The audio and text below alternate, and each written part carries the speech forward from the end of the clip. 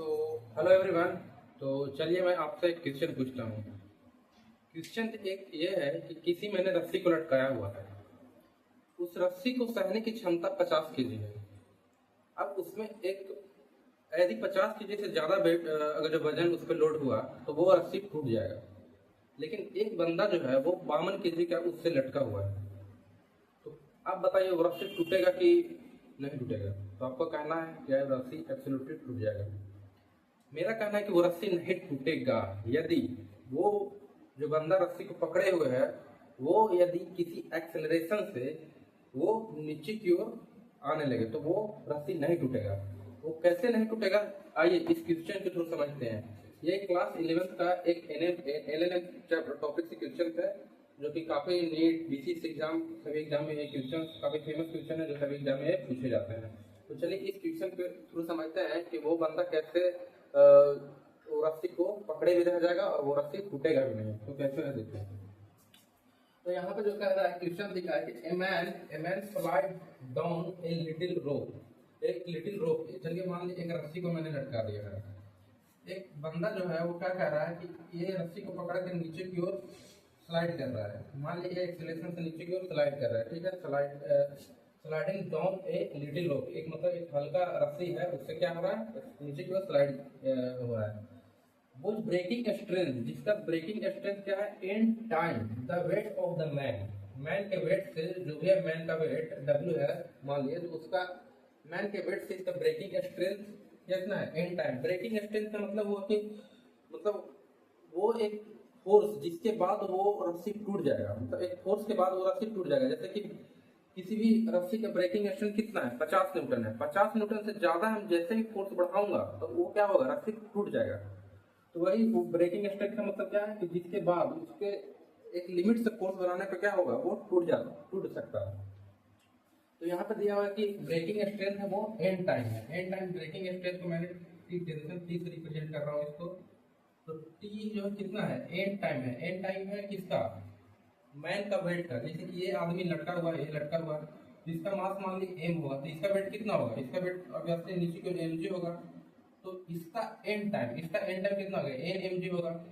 इसका टेंशन यानी कि टेंशन यानी कि इसको कह सकते हैं ब्रेकिंग स्ट्रेंथ कितना होगा, एन एम जी होगा। और ये क्या है, ये एम जी इसका वेट होगा, ठीक है। तो वो एन एम जी है वो छोटा है एम जी से, क्योंकि देखिए एन जो दिया हुआ है यहाँ पे लेस देन 1 दिया हुआ है। लेस देन 1 यानी कि एन का वैल्यू क्या हो सकता है, एन का वैल्यू जो यहाँ पे दिया है लेस देन यानी कि 0.7 या 0.8 0.9।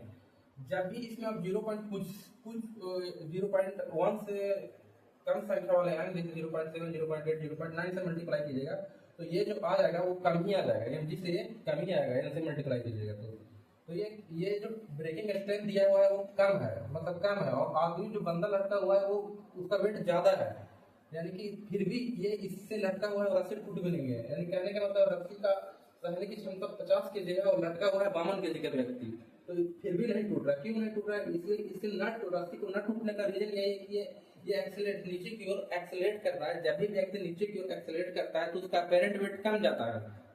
जैसे कि मान लिया कोई 52 केजी का बंदा है तो उसका अपेरेंट वेट अगर नीचे आ रहा है तो क्या होगा, वो 50 केजी होगा। जैसे कि लिफ्ट से आप लिफ्ट में कभी आपने चढ़ा होगा तो लिफ्ट पे जब आप नीचे की ओर आते हैं तो आप हल्का महसूस करते होंगे, और जब लिफ्ट से ऊपर जाते होंगे तो क्या आप भारी महसूस करते होंगे।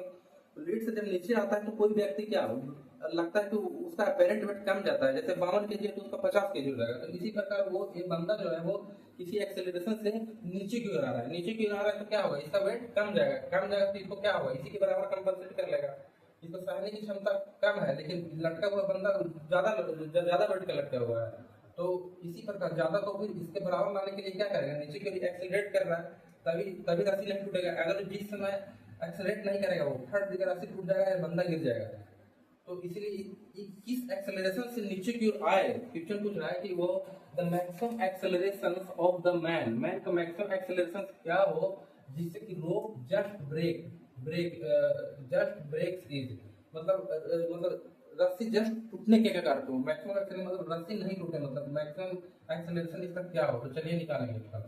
पहले इस जो व्यक्ति बंदा लटका हुआ है इसका पहले एफबीडी डायग्राम बनाएंगे, ठीक है। ये बंदा जो लटका हुआ है, चलिए ये बंदा जो ये रस्सी पकड़ के लटका हुआ है इसका क्या है, इसका मास एम है, नीचे का फोर्स कितना लग रहा है, mg लग रहा है। देखिए यहाँ पे mg यानी कि इसका वेट है, और इसका n टाइम, इसका वेट का n टाइम n mg ऊपर की ओर फोर्स लग रहा है, टेंशन जो कि रस्सी लगाया हुआ है n mg, और नीचे ये एक्सेलरेट कर रहा है कितना से, a से, जो कि एक्सेलरेशन आपसे पूछ रहा है। इसका एफबीडी डायग्राम क्या होगा, mg क्या होगा इधर देखिए नेट फोर्स पहले इसमें लगाना होगा आपको, F equal to M A, F equal to M A पे ही सवाल बनेगा, F equal to M A पे सवाल बनेगा।